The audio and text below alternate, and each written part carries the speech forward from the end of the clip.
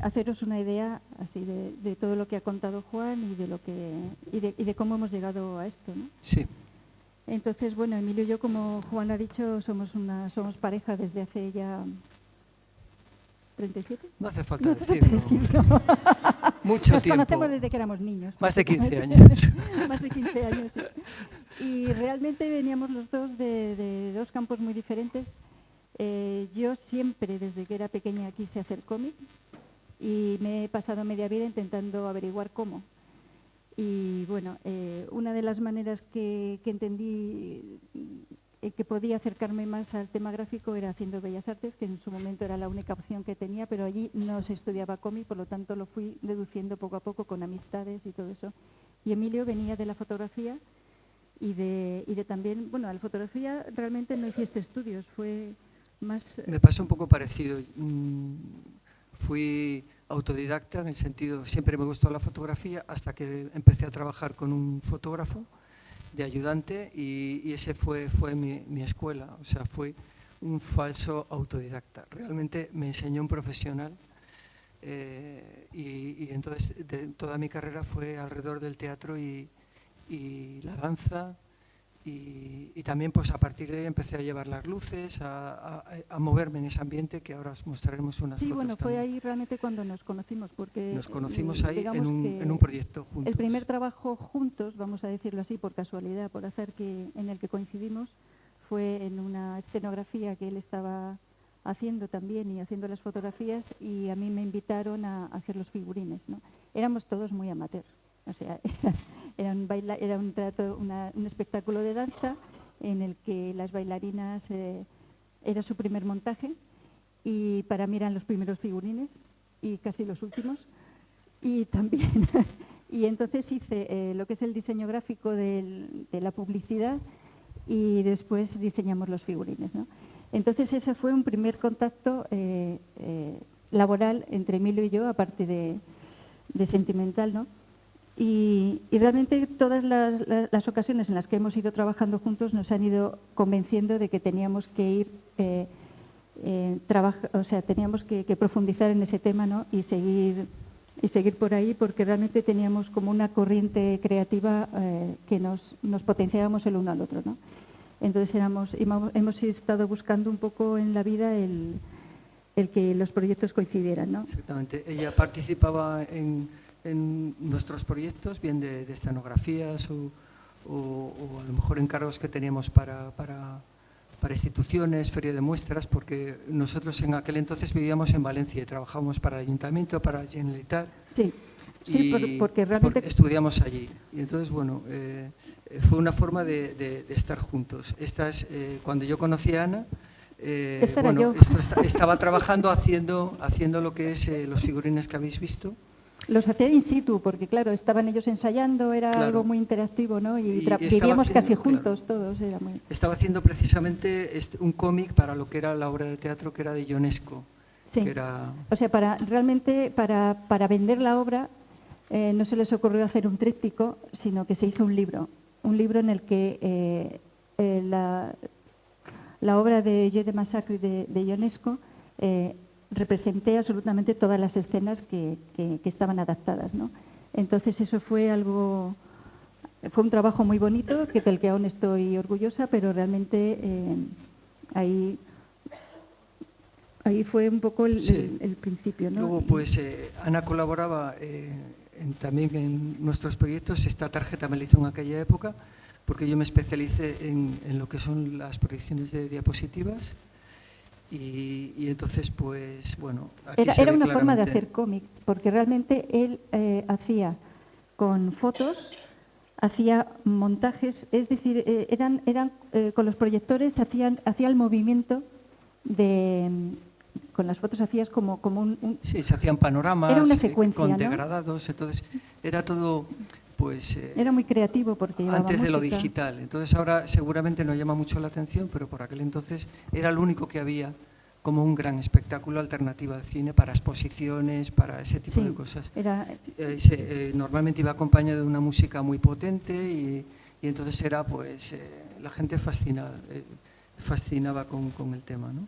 Esto es un poco el trabajo que yo hacía en el teatro, que no solamente me metía en lo que era la producción y era una parte más y luego pues el tema de la danza, pues que durante ese tiempo cuando estábamos juntos me dedicaba a ir a los cursillos de danza que había en Tarragona, en Valencia, y entonces pues me dedicaba allí, estaba durante una semana, me llevaba un laboratorio a una pensión y luego vendíamos las fotografías a los Sí, montabas el laboratorio en el baño del hotel o de la pensión. Es lo que claro. hacíamos, ¿no? Era una cosa como casi de feriante, ¿no? Esto antes, ya un poco para que veáis las fotos el trabajo que yo hacía. Realmente, pues esto ya es en el teatro. El Ballet Nacional o esto es de Nijinsky. Y todo esto a mí me inspiraba mucho, porque luego tengo ilustraciones de esa época que todas giran alrededor de la danza también, ¿no? Yo tenía acceso a todas las fotos, a ese mundo, también le acompañaba a veces, y realmente estábamos como alimentándonos uno del otro, ¿no? Ya para colmo, pues en el 90 pues nos seleccionaron a los dos casualmente en la Bienal de Marsella y ahí llevamos cada uno obra, ¿no? Yo en fotografía y ella en pintura. No me acuerdo el que fue, pero... Y luego esto es lo que hacía Ana antes de publicar, ¿no? Sí, bueno, esto que estamos hablando, para que situéis un poco, es una etapa desde que nos conocimos, pues de unos 8 años en los que cada uno realizó su carrera por su cuenta, ¿no? Teníamos interconexiones, pero realmente cada uno tenía su carrera bien dibujada, ¿no? Y yo... durante ese tiempo, que yo siempre quería hacer cómic, pero en los años 80, que es lo que estoy hablando, era muy difícil enlazar un trabajo con otro. Yo publicaba en revistas, publicaba 3, 4 páginas, publiqué en el Madrid, publiqué en Rambla, publiqué en fanzines, pero realmente no se podía vivir de eso. Por lo tanto, lo que hacía era hacer de todo. Hacía ilustración, hacía los libros de texto que he dicho antes, hacía ilustración de libros, hacía carteles, publicidad, todo tipo de cosas, porque pensaba que cualquier cosa podía servirme para aprender y para desarrollar mi trabajo. Esto es una de las primeras historias que publiqué. Afortunadamente no he seguido por ahí, era bastante deprimente. Y luego mis estudios han sido también, nuestros estudios han sido muy importantes en nuestra vida, porque realmente es el sitio donde uno vive. Al final es un trabajo en el que te pasas tanto tiempo metido ahí que realmente es el corazón de la casa. Entonces en la foto que habéis visto era un piso minúsculo, era un piso de portera. Tenemos más por aquí. Tenemos más fotos, ¿no? Era un piso de portera y realmente teníamos el estudio, una cocina, un baño y un colchón echado en el suelo, ¿no? Aquí hay otro estudio de otra época. Pero este era el guay ya, ¿eh? Sí, bueno, esto ya es más adelante, pero ya que has hablado de estudios, pues esto es la época de allí. Sí. Entonces hemos cambiado varias veces de casa y siempre lo más importante era la mesa del estudio, donde poner las estanterías y los libros, que cada vez iban creciendo más. Realmente la última mudanza que hemos hecho, que es cuando llegamos aquí a Cantabria, esto es un inciso, es porque implosionamos, ¿no?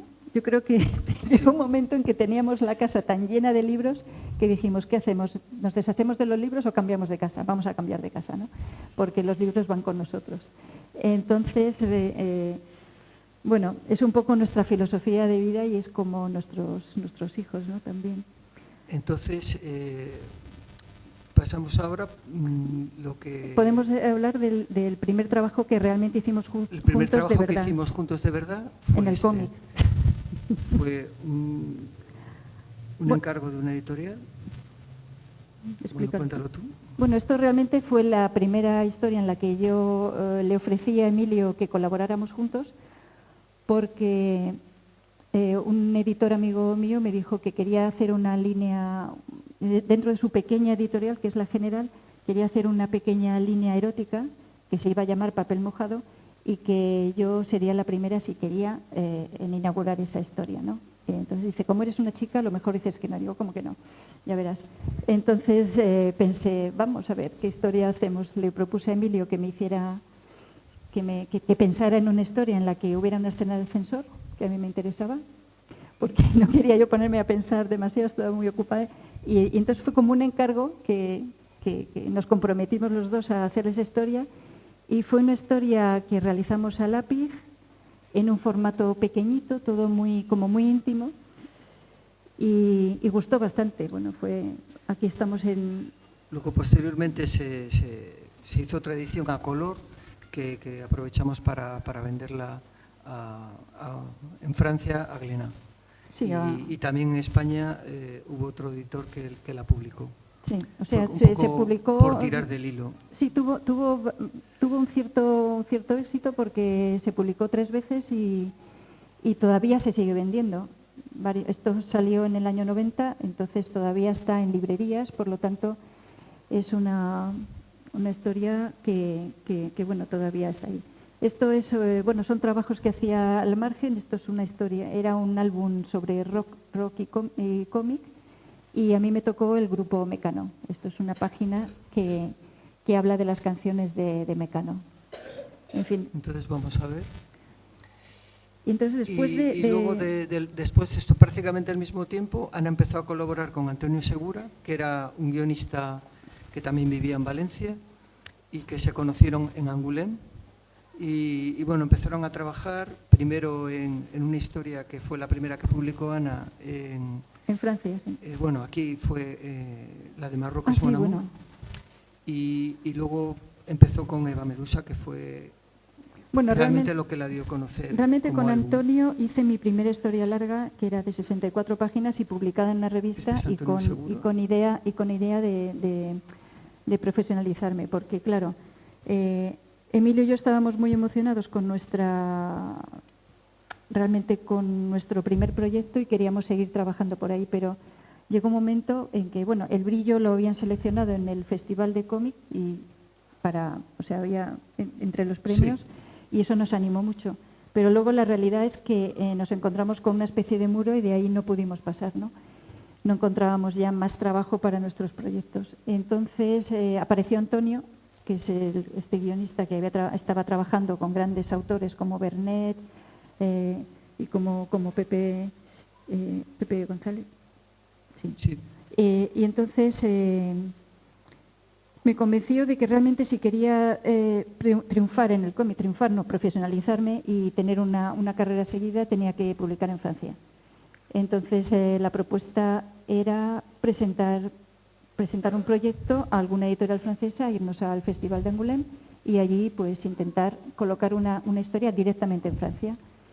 Entonces, después de un trabajo que hicimos los dos, que se publicó en revistas, nos llegó a ser un álbum, que fue mi primer trabajo, digamos, profesional, en el que me sometí a un guión que yo no había pactado o en el que no había colaborado, sino que era un guión externo que me venía.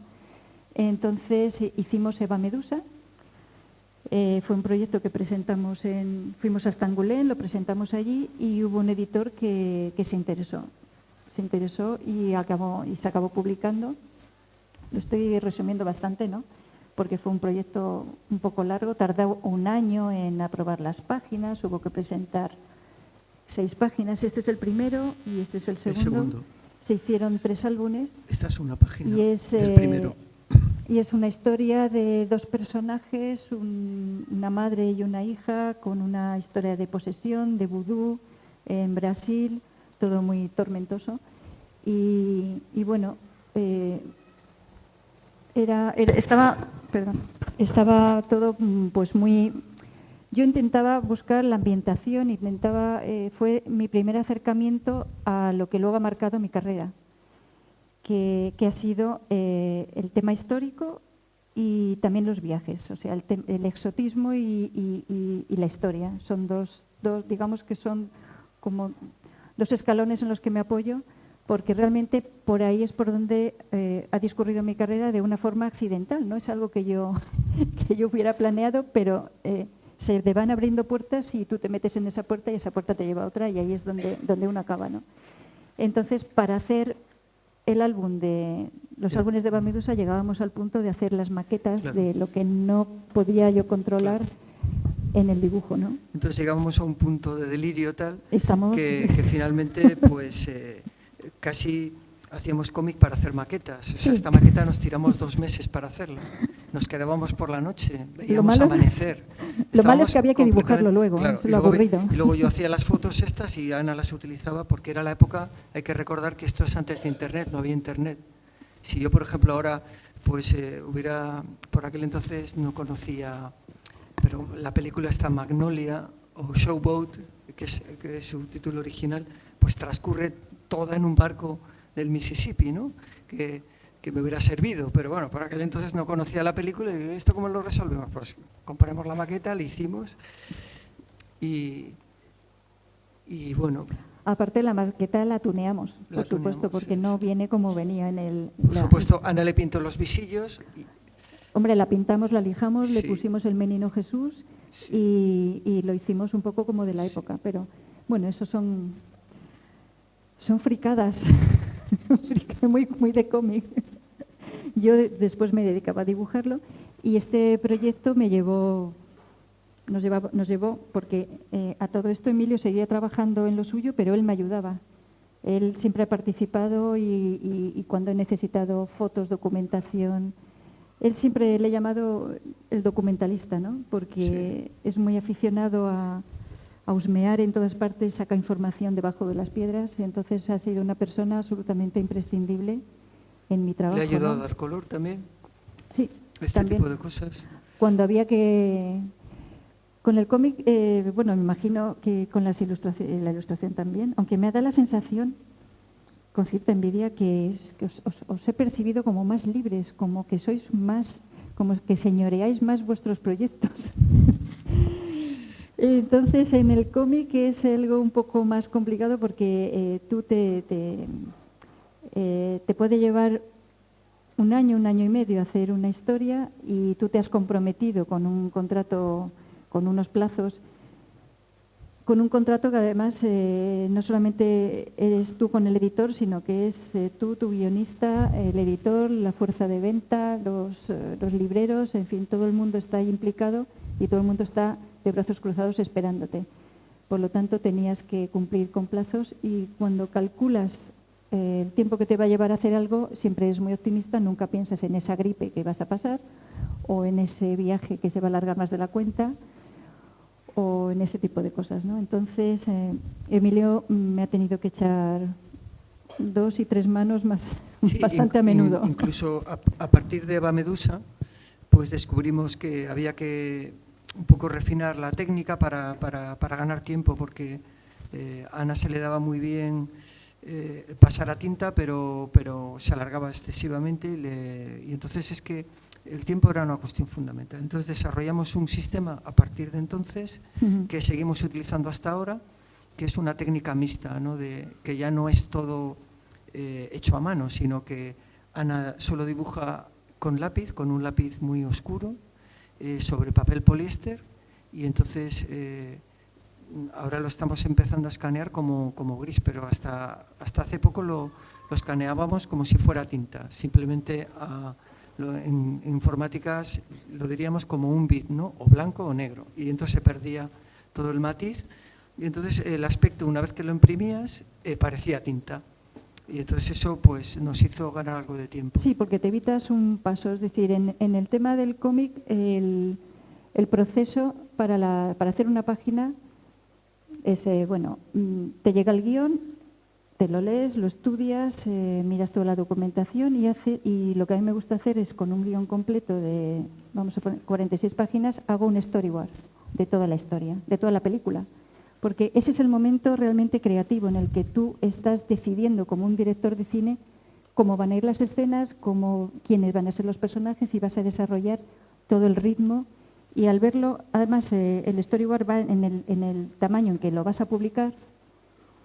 No tienes miedo a meter esos primeros planos, a lo mejor, que si empezaras con una página así, nunca meterías una cara así, ¿no? Entonces, técnicamente es interesante hacer un trabajo rápido para luego ir amarrándolo. Entonces, después de ese story, lo que hacemos es ampliar la página y ahí es donde yo ya hago el dibujo bien hecho, ¿no? Entonces, normalmente lo que solía hacer, y como he trabajado esto de Eva Medusa, que eran páginas a tinta, es que hacías en un papel bueno, en un papel de tinta. Hacías el dibujo a lápiz y luego lo pasabas a tinta y luego borrabas el lápiz.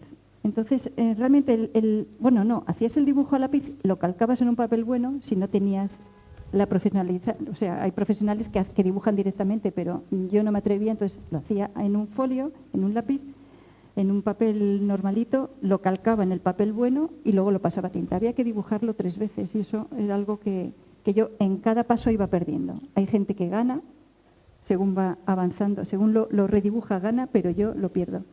Yo tengo un dibujo muy rápido y me gusta mucho la frescura y el trazo ligero, ¿no? Entonces, lo que decía Emilio es eso, que realmente lo que he intentado siempre es evitar alguno de esos pasos para no tener que marear mucho el dibujo y estropearlo, ¿no? Entonces, lo que hacemos ahora es evitarnos el paso, por ejemplo, de pasar a tinta. Yo simplemente hago el story, lo amplío y sobre ese mismo dibujo ya hago el dibujo bien, o sea, lo hago con todo el detalle y ya de ahí lo escaneamos directamente. Y ganamos tiempo sí. También. Bueno, aquí hay unas imágenes, pero que no es de un trabajo juntos, pero que Ana estuvo trabajando con la revista Jebukin y hizo un dossier literario que que adaptaban grandes clásicos en 16 páginas, ¿era así? ¿O en 11 páginas? 11 páginas, sí. Y entonces hizo varios trabajos de este tipo que fueron muy enriquecedores y que lo disfruto muchísimo porque, bueno... Sí, bueno, eran colaboraciones, sí. Hice 7 colaboraciones con una revista que era juvenil infantil. En esa revista salían todos los meses, ¿no? Sí. Eran todos los meses, salía una novela inédita ilustrada por un ilustrador y luego al final había eran 11 páginas de cómic en las que se ilustraba un clásico. Que era una forma de iniciar a la lectura a los pequeños lectores. Entonces siempre eran clásicos muy clásicos. Estaba La Reina de las Nieves, estaba la historia de la momia, estaban diferentes historias, ¿no? Ferragus también. Aquí solo hay 3, vamos. Aquí solo hay 3, ¿no? Entonces fue un trabajo muy bonito porque después de esas 11 páginas, si el lector se había quedado con ganas de saber cómo continuaba la historia, tenía que comprarse el libro. Era una forma de estimular la curiosidad, ¿no? Entonces, bueno, para mí fue un trabajo gratificante y también ayudaba mucho a estos intervalos que hay entre una historia, entre un proyecto de cómic y otro, en el que te quedas sin trabajo, pues iban rellenando porque eran trabajos de encargo. Otro trabajo que hicimos también fue para la revista Vogue. Para la revista Vogue, que hicimos, pues, lo que sé, como media docena, ¿sí? No, que va 4. 4 números, trabajamos con páginas de cómic, algo inédito en esa revista. Bueno, fue la primera vez y creo que la última que sacaron, se animaron a sacar algo de cómic. Estas son tiras inéditas, ¿no? Sí. Hicimos unos personajes que son 2 amigas que viven juntas, una se llama Kim y la otra se llama K. Las historias eran química.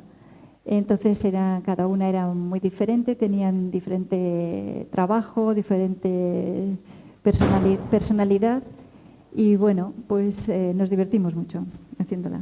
Sí. Pero son proyectos que se han quedado en el cajón. Realmente creo que hay más proyectos en el cajón que publicados. Estas son pues unas cuantas que, bueno, en fin. Y luego pues después de un tiempo trabajando juntos, también es interesante un trabajo que hicimos para el Instituto de Biomecánica de Valencia sobre el calzado. Otro trabajo de encargo. Y hicimos unas portadas que fueron una colección de guías donde lo hicimos en bitono. Y las portadas son estas. Esta era de calzado deportivo, esta de aquí es de calzado infantil. Sí.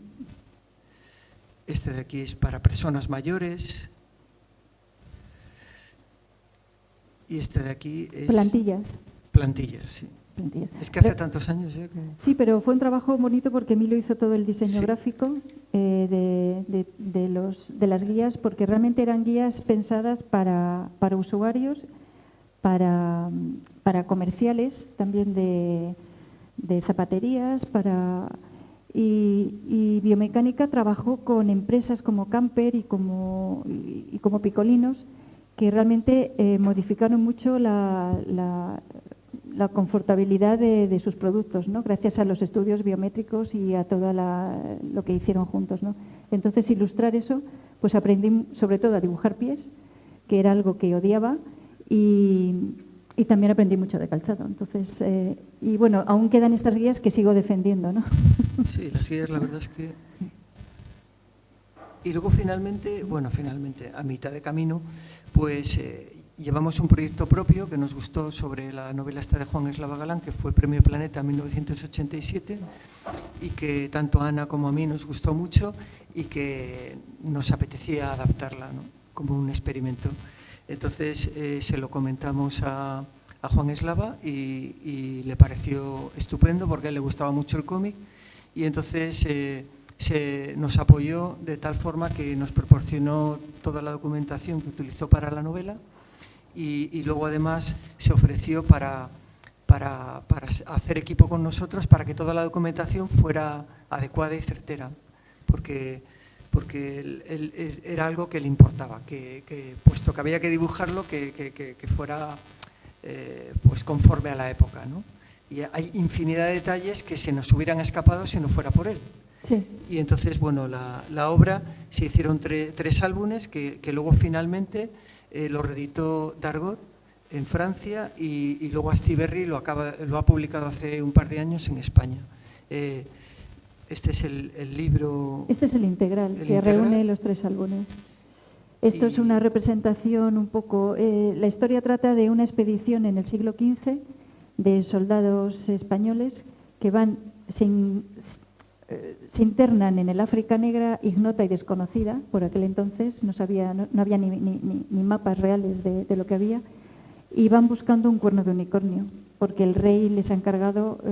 Enrique IV de Castilla, que era el rey, pues sobrenombre el Impotente, pues entonces había probado los polvos de elefante y parece que aquello no le curaba, y entonces los boticarios le dijeron que tenía que ser de unicornio. Y entonces organizaron una expedición, bueno, es la fantasía, tal, y el caso es que Juan de Olid fue el único superviviente de aquella historia, que vuelve 17 años después.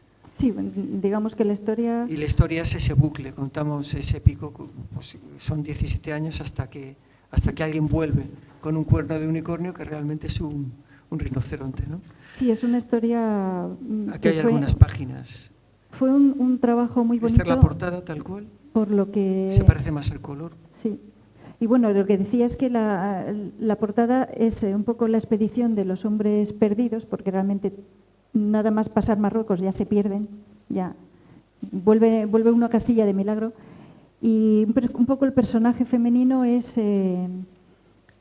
la representación de África, es una alegoría de lo que es África, ¿no? Es ese cuerno que nunca llegan a tener, por lo menos como ellos imaginaban, y es un personaje que de alguna forma me inspiró en una ópera que vi en su momento, que estaba inspirada con trajes del siglo XV y con una ambientación, no sé qué. Estaba haciendo la portada y me lo sugirió bastante. Entonces, quería un poco enlazar los dos mundos, ¿no? Todo lo desconocido de África, toda aquel un poco verlo con los ojos de ellos, ¿no? que era todo nuevo, y también con la cultura que ellos también llevaban encima, ¿no? Con todo su mundo. Estas son algunas páginas del tomo 1. Es en el Alcázar de Segovia. Aquí también la documentación fue exhaustiva, sí, porque recreamos la Sevilla de la época. La parte que transcurría en Castilla, que fue el primer tomo, teníamos que hacer como un viaje en el tiempo. Yo me esforcé en que el lector, sin tener una idea necesariamente estar muy informado de lo que era el siglo XV, tuviera la percepción que se quería transmitir en aquella época de lo que era aquel mundo, que era un abigarramiento, digamos, gráfico en todas partes. O sea, digamos que tú lo puedes ver en los cuadros de la pintura flamenca, lo puedes ver en las iglesias de la época que estaban totalmente decoradas y pintadas. Había un horror vacui en los repujados del cuero, o sea, todo el cuero que llevaba la gente, los cinturones, las alforjas, todo estaba repujado ya. Entonces, el primer álbum, hay muchas viñetas, está todo muy compartimentado, muy para dar la idea de mosaico, ¿no? Como de fresco, lo que hay en las iglesias, ¿no? Y luego en África, cuando ya se van a África, ya esas viñetas las abro y ya son panorámicas, ya entra el aire, ya podemos ver lo que es esos paisajes ya más abiertos, ¿no?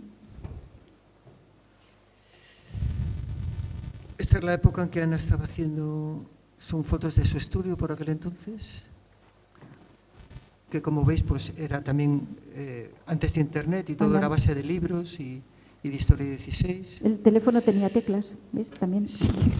Un libro de África. Sí. Y bueno, y todo. Yo también todavía trabajo con lápiz y con papel y con acuarelas. O sea, realmente no me he pasado a lo digital porque no me gusta. Bueno, esto es de G-Booking, que se ha colado también, es otra. Sí. Me siento muy cómoda trabajando con materiales orgánicos y con texturas, ¿no? que puedo tocar. O sea, ese distanciamiento que me da la pantalla es algo que no he podido superar. Y luego llegamos a otra época, es que lo estamos haciendo más ligero porque si no es demasiado extenso, en que también colaboramos juntos, pero yo ya me pliego a ser ayudante de Ana en todo lo que le hace falta, ¿no? Porque era un reto de hacer un álbum por año donde había un compromiso impresionante con la editorial. Y claro, Ana por aquel entonces se quedaba sola. Yo estaba trabajando en Madrid y finalmente cuando empezó a funcionar bien fue cuando ya me dediqué plenamente al cómic, ¿no? Bueno, este dibujo... Y entonces que es lo que iba a decir, es de Jean Dufaux, que es el guionista de la serie. De la serie Jean. De la serie Jean. Entonces, bueno, lo que tengo que hacer un inciso es que realmente la serie Jean surgió porque la historia del unicornio, que era la anterior, fracasó. Es decir, no tuvo buenas ventas y nos quedamos pues un poco colgados de trabajo. Yo me tuve que pasar un año haciendo bodegones para sobrevivir porque nos habíamos quedado, había salido mal y no habíamos podido financiarnos. Entonces, en ese tiempo conocí en un festival a este guionista, que era un guionista muy popular, que tenía muy buenas ventas, y me ofreció trabajar juntos, cosa que por supuesto dije que sí. Aquí había que trabajar. Entonces, bueno, me propuso una serie que, siendo él quien era, no le preguntas ni de qué va, porque sabes que se va a vender y que lo tienes colocado, entonces, bueno, lo que quieres es salir del hoyo, ¿no? Entonces empezamos la serie de Jean. El primero fue bien, el segundo fue mejor y el tercero fue espectacular. Entonces, bueno, el primer ciclo, que son 4 álbumes, se vendió muy bien y llegamos hasta los 13 álbumes, claro. ¿Estos son los primeros? Estos son los primeros, donde la historia transcurre en la Turquía de principios del siglo XX. Y claro, se trata de la historia de la favorita del último sultán, del último harén. Y es todo un entramado histórico, político, se mezcla la Primera Guerra Mundial, las alianzas, el apoyo a la Alemania de la época y un tesoro que hay por medio. Entonces ahí aparece la nieta de este personaje que a finales ya de siglo está buscando el tesoro y buscando información de su abuela. Entonces ese es un poco el motor que pone en marcha la historia. Es una historia muy centrada en los viajes, en el erotismo, puesto que bueno, la cosa fue un poco por ahí, y un poco en el exotismo también, en el orientalismo. Me centré en muchísimos pintores orientalistas, intentando, bueno, buscando la inspiración y buscando también mi propia voz en cada momento, ¿no? El tema de los tatuajes fue importante, determinó también de una forma casual, pero determinó también la marca de lo que es la serie. Y los tatuajes han ido viajando de un continente a otro. Cada continente tenía los suyos, pero eran la marca de la casa. Estos son los diferentes libros, ¿no? Sí, son diferentes. Del 9, por ejemplo, se hicieron varias portadas con tiradas diferentes para coleccionistas, que son estas tres. La 9 del Rey Gorila y luego estas dos más. O sea, por dentro eran iguales, cambiaba la portada, simplemente pero los compraban igual. O sea, Pues estaban fascinados con las portadas y bueno. Y entonces aquí ya empezaría lo que es el ciclo indio. Nos fuimos, ¿no? a la India. Es así como lo llaman. Sí. Y la historia continúa allí hasta el 13 que se acaba. Sí, en el 13 ya que saqué el álbum se acaba. Entonces, bueno, las historias están enlazadas, van de un continente a otro gracias a un talismán, que es una perla negra, que es la que tiene en la mano. También lo que une la historia. Bueno, el caso es que en esta época, que realmente han sido 16 años, ¿no?, de trabajo, nosotros hemos mantenido siempre ese espíritu de equipo. Lo que a mitad de este trabajo nos mudamos, nos vinimos a vivir aquí, con todo lo que eso conlleva. No falté nunca a mi compromiso de hacer un álbum al año. Entonces, esa obligación a Emilio le llevó a que para favorecer un poco lo que es el que el proyecto saliera adelante, él se dejó todo su trabajo y empezó a ayudarme a mí, ¿no? Entonces es cuando yo me dedicaba a hacer las páginas a lápiz, y él las componía. Él se encargaba de componerlas en el ordenador, en poner los globos, en enviarlas, toda la parte técnica y la parte, digamos, ya más gráfica. Pues, sí, digamos, yo hacía un poco también de lo que yo había aprendido cuando trabajaba en una productora, pues es lo que decía el otro día, ¿no? Que los actores y el equipo cuando llegan las 2 de la tarde tienen hambre, no se van a ir a su casa a comer para volver a las 7 de la tarde y seguir filmando o trabajando, ¿no? Entonces, la logística y todo esto, pues lo aprendes ahí, que si quieres ser productivo tienes que organizarte bien, porque si no este trabajo no sale adelante. Esto no es un ratito que te sientas o que tienes una idea y escribes. Esto es un trabajo que tienes que ser constante y tienes que sacar mucho volumen y a un buen ritmo, porque si no, no cumples, porque llega el momento en que el editor necesita 4 meses antes el libro porque lo tiene que promocionar, porque necesita la portada, necesita 5 páginas en color, y tú empiezas a decir que te has deprimido o inventarte excusas, pues se te ha roto el televisor, como hacía Vázquez, ¿no?, que enterró a su padre 5 veces, pues entonces tienes los días contados, ¿no? No, realmente trabajar con un editor estrechamente, y tuvimos esa suerte de encontrar un editor estupendo, te hace comprender la labor de equipo que hay detrás. Entonces tú eres uno más del equipo. Tú estás comprometido a que ese proyecto salga adelante y por lo menos esa parte depende de ti. En el momento que ya lo entregas, ya te relajas y los demás ya pueden... ya les toca a ellos hacer su parte, pero yo siempre en este sentido he sido muy seria y he procurado que no perjudicar, ¿no?, al equipo, ¿no?, que estaba pendiente. Estos que veis aquí son fuera de colección, que fueron 3, se hicieron por cada ciclo, que explicaba un poco los entresijos, cómo se hizo, ¿no? Y entonces pues habían dibujos inéditos, se explicaba cómo se trabajaba, y entonces ahí se explica las peculiaridades de cada ciclo, ¿no? Y luego, estos pues, también. Hombre, realmente aquí era una forma de sacar todo el material preparatorio, los bocetos, las pruebas, todo el material descartado, lo que no salía en el álbum. Entonces ahí Y estas son ediciones especiales que hacían libreros que han hecho en Francia o gente que compraba los derechos y lo publicaba en otras formas, pero vamos, son los mismos libros. En definitiva, al final de Jean tendré como 30 portadas diferentes. Es una barbaridad, porque son muchos años y era la forma de rentabilizarlo, ¿no? Una y otra vez. Sí, siempre. Estos son los integrales, sí, con sus portadas. Bueno, el caso es que este trabajo nos sirvió para estabilizar, sobre todo mi carrera, y para volver con muchas más ganas a volver a trabajar juntos, ¿no? Porque ya teníamos cierta estabilidad económica y nos podíamos permitir el financiarnos algún proyecto propio, ¿no? Sí. Entonces, mientras hacía Jean, sí que conseguimos deslizar entre un Jean y otro, haciendo un sobreesfuerzo, por supuesto, algunas historias propias.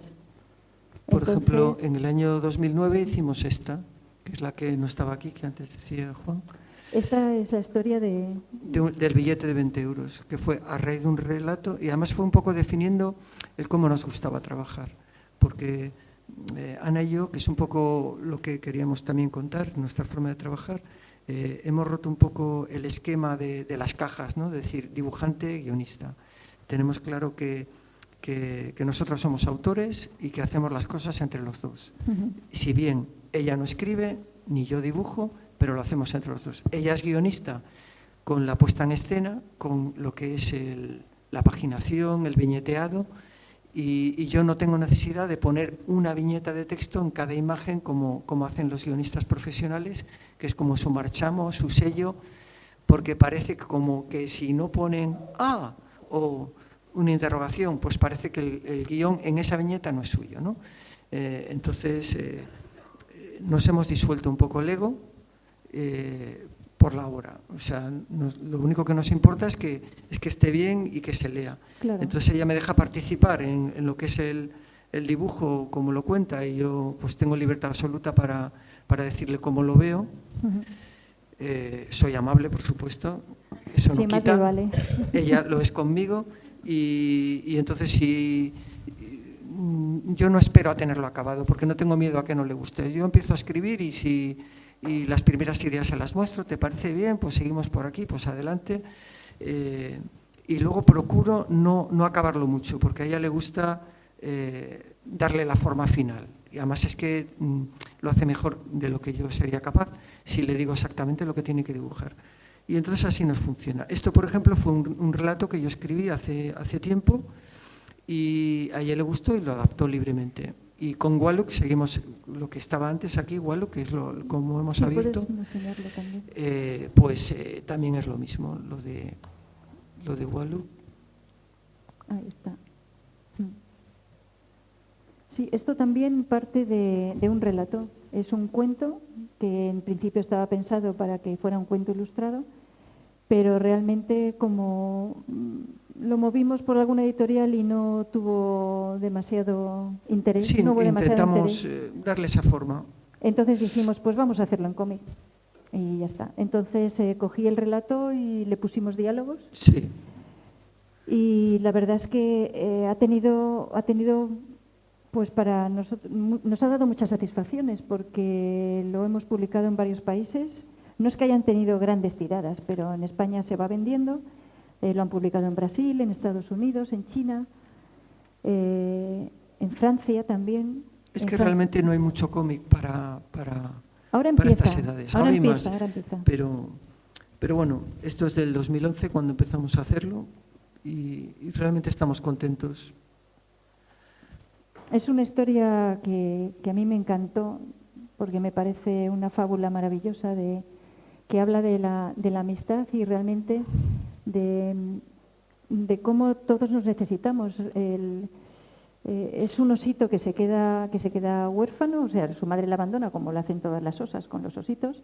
Entonces él no sabe desenvolverse y se encuentra con un oso viejo que ha perdido los colmillos y que está a punto de morir de hambre. Entonces, con la fuerza del joven y la experiencia del viejo, realmente hacen un equipo que sale adelante.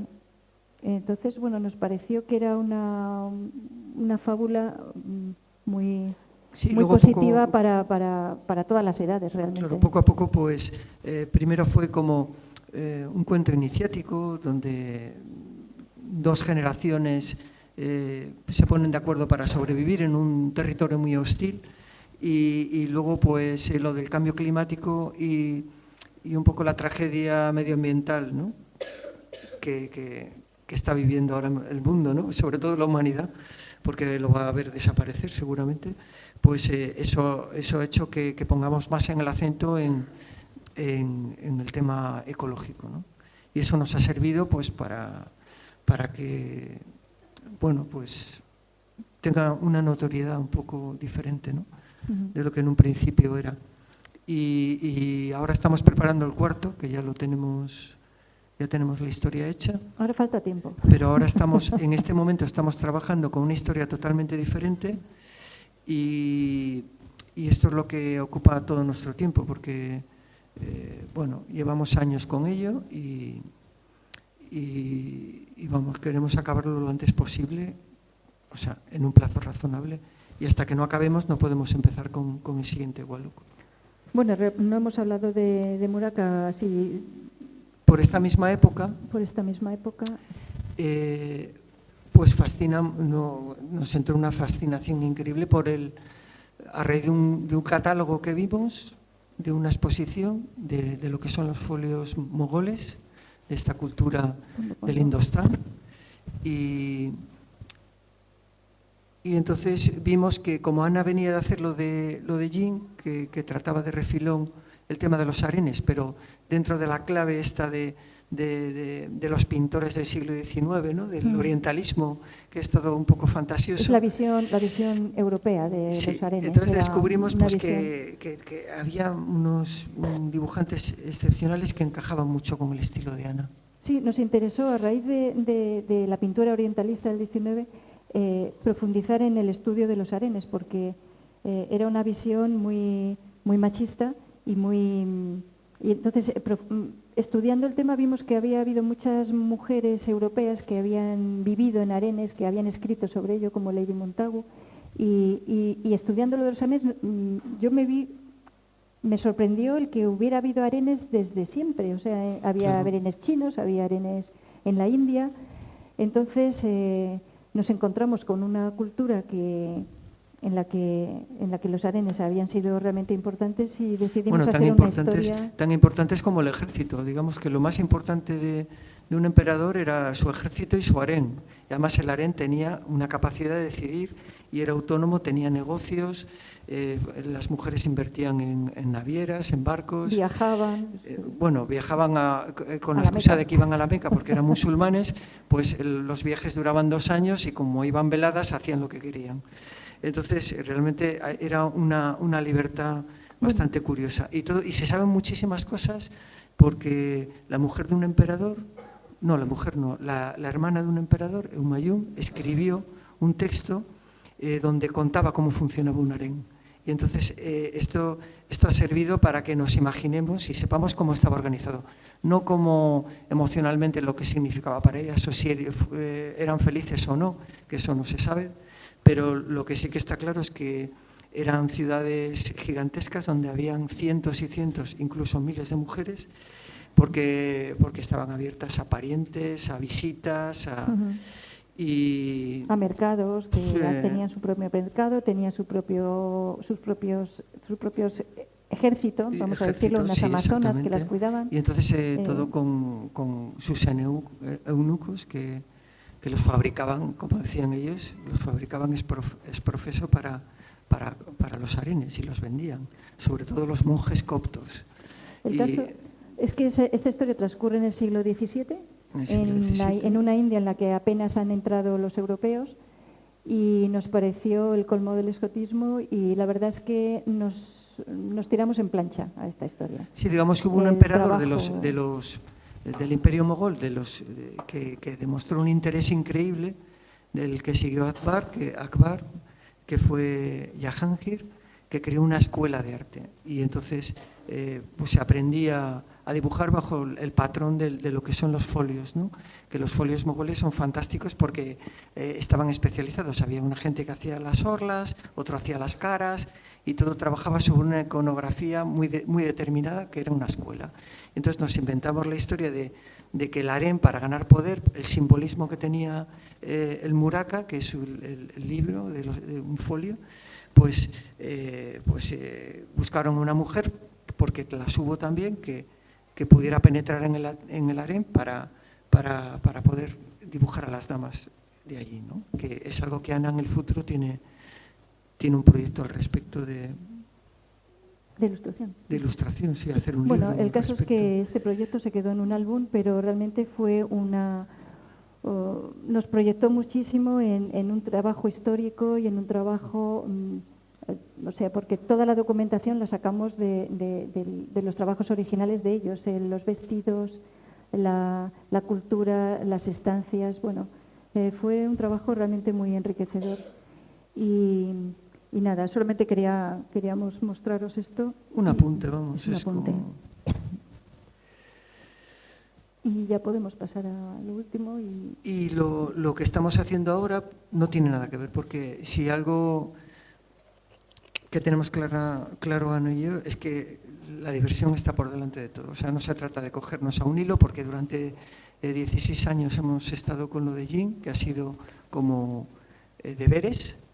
Y tenemos proyectos locos, muy diversos, ¿no?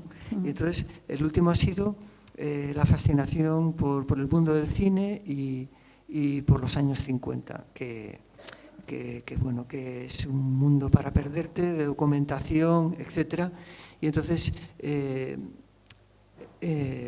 estamos contando la historia de un personaje que es María Vargas, que está inspirado en Ava Gardner, en la época en que hizo La Condesa Descalza.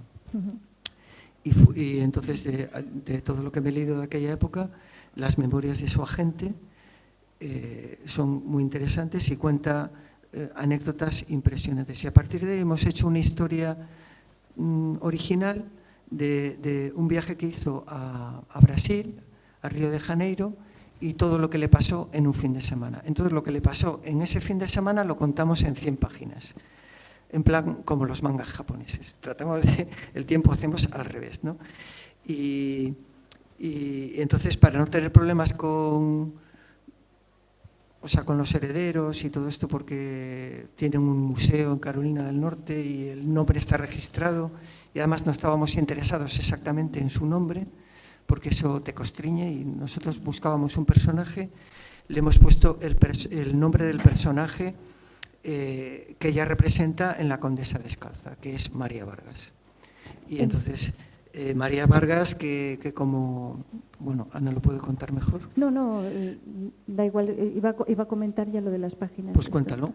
Bueno, esto os mostramos algunas páginas que aún están en blanco y negro, y este es el story. Esto es lo que yo trabajo en A4, es la primera idea. Aquí la primera página es la que más ha cambiado porque es en la que más he dudado, ¿no? Estas 3 viñetas luego pasan a la segunda o a la tercera, pero realmente es un poco la presentación del personaje que va a llevar toda la historia, que es este hombre, el que va a ser el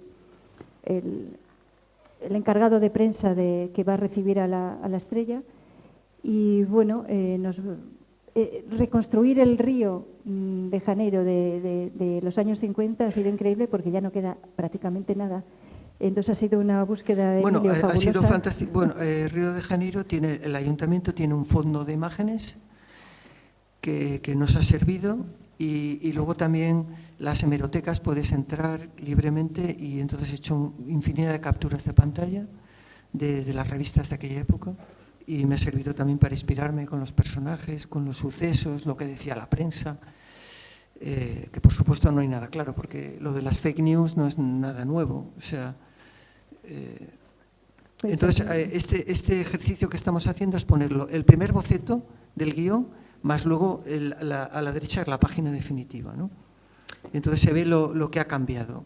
Es como una especie de taller, ¿no? De ver un poco en lo que ha evolucionado. Tiene las viñetas, ¿no? por lo que veo tiene... Tiene todavía los bordes. Sí, es que ahora hemos decidido quitarle las líneas, como tiene mucha información cada página, porque realmente me meto con mucho detalle. Como luego van a ir en color, realmente los bordes de los globos y de las viñetas, realmente les vamos a quitar la línea y lo vamos a hacer todo con color. En las siguientes creo que está ya quitado. ¿Aquí Pues no. todavía no? Pues no. Esto, bueno, es un poco ver el tema de los personajes, ¿no? Yo, la primera idea que tengo, el pálpito que a mí me da, esa frescura que yo digo que es la primera idea, procuro no traicionarla. Si veo que sigue funcionando, por ejemplo, esa última viñeta ha sobrevivido prácticamente a todo, lo guardo. He aprendido, o sea, antes lo cambiaba todo, tenía muchas dudas, y dudaba, o sea, no me fiaba de mí misma, pero ya con todo el trabajo que llevo encima, ya he aprendido a respetarme un poquito y a guardar esas primeras ideas como las buenas, ¿no? Aquí pues también vemos, ya prácticamente están más parecidos, se ha tocado menos, pero como veis Ana es bastante fiel a lo primero que dibuja. Aquí Hombre, a lo mejor pues... luego le cambio el pelo, le cambio las cosas, voy buscando sí. ya. Esto realmente es sin buscar demasiada documentación, es diciendo, bueno, ya veremos cómo son los asientos, ya veremos cómo están, y luego pues ya cuando lo dibujas ya te vas fijando en las fotos, ¿no? Esto ya es más o menos como queda el original, que luego se va a colorear y luego se va a escanear para que ya salga el archivo para imprimir, ¿no? Entonces hay cosas que se dejan en blanco porque luego en el color se dibuja. Ya va con color directo. Ya va con color directo. Porque realmente estas páginas de aquí que veis en blanco y negro, se hace una impresión en un papel de acuarela y ahí es donde yo coloreo. O sea, realmente yo lo que sería pasar a tinta me lo ahorro. O sea, con esas páginas que están escaneadas y que esto mismo se escanea a una alta resolución. Lo hemos conseguido trabajando... analógicamente, vamos a decirlo así, sí. Pues nosotros lo que le entregamos al editor es un archivo digital, ¿no? Y eso es, pues bueno, es porque Ana se ha negado en redondo a trabajar con ordenador y tableta o con el Chinkit que sí, todos los amigos trabajan, ¿no? Y entonces, bueno, el tema de informático lo hemos incluido, pero en el centro, ¿no? Sí, forma parte del proceso. Sí.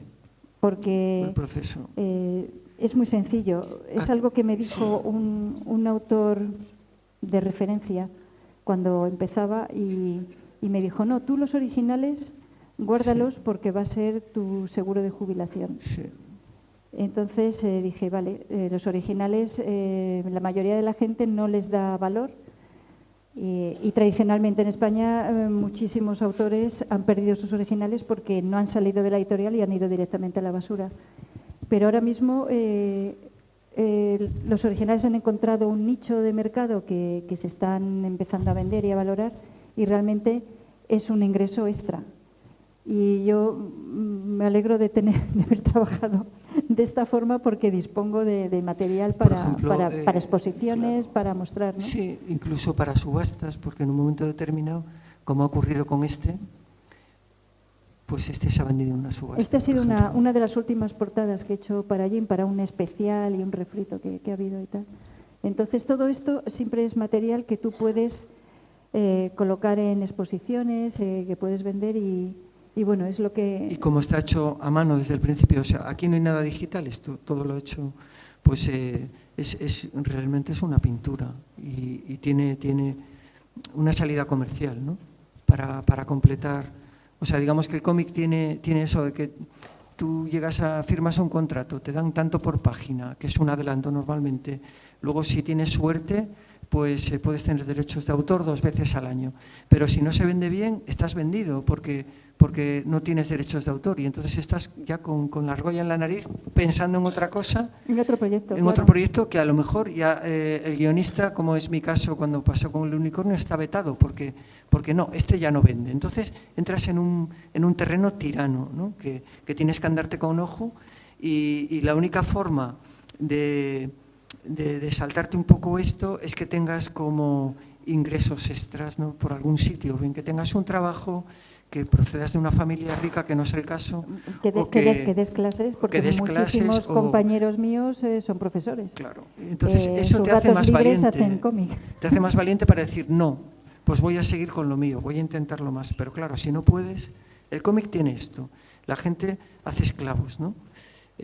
Pues es muchísimo trabajo que te ocupa todo tu tiempo y que si no te andas con ojo es que no levantas cabeza, porque además firmas unos contratos, que eso es otro tema, que hay que tener cuidado con ello. Y yo creo que con esto...